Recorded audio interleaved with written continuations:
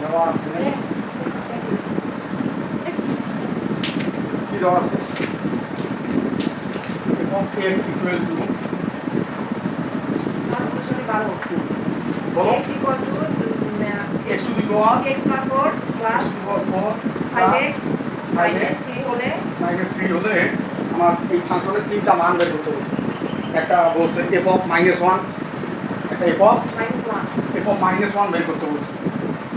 তো তাহলে আমরা যেখানে যেখানে x দেখব সেখানে সেখানে -1 বসাবো তাহলে আমরা এখানে দেখো এই x এর জায়গায় দখল করব -1 না তাহলে আমরা যেখানে আমরা x দেখব সেখানে -1 বসাবো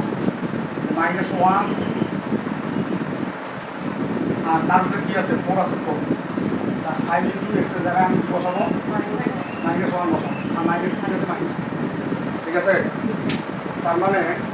এই মাইনাস উপর জোর মান তার মানে প্লাস মান দেবে মাইনাস উপর যদি জোর মান থাকে তাহলে প্লাস মান দেবে আর এক যদি 4 বার গুণন করো ওই 4 একটি 4 বার এক গুণন করলে ওই এক একটি একই হবে ঠিক আছে আবার এই মাইনাসের প্লাসে মাইনাসের প্লাসে কি মাইনাস 5 দিয়ে 1 কে গুণ করলে 5 আবার -3 আছে -3